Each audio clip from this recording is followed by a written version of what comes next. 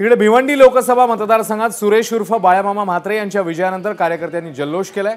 सुरेश म्हात्रेंना निवडणूक अधिकाऱ्यांकडून प्रमाणपत्र देतेवेळी जितेंद्र आव्हाड देखील उपस्थित होते। महाराष्ट्रामध्ये गद्दारांना माफी नाही अशी प्रतिक्रिया यावेळी जितेंद्र आव्हाड यांनी दिली आहे।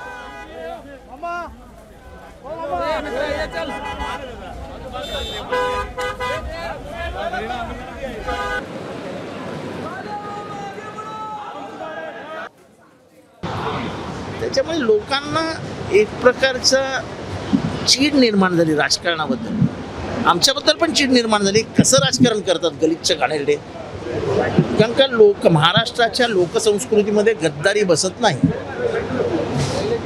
शिवाजी महाराजांशी ज्यांनी गद्दारी केली होती, सूर्याजी पिसाळ, खंडोजी खोपडे, त्यांना आजही महाराष्ट्र विसरलेला नाही। त्यामुळे गद्दारांना इथे क्षमा नाही। महाराष्ट्राच्या मातीमध्ये ही माती नेहमी निष्ठेची माती आहे। एबीपी माझा, उघडा डोळे बघा नीट।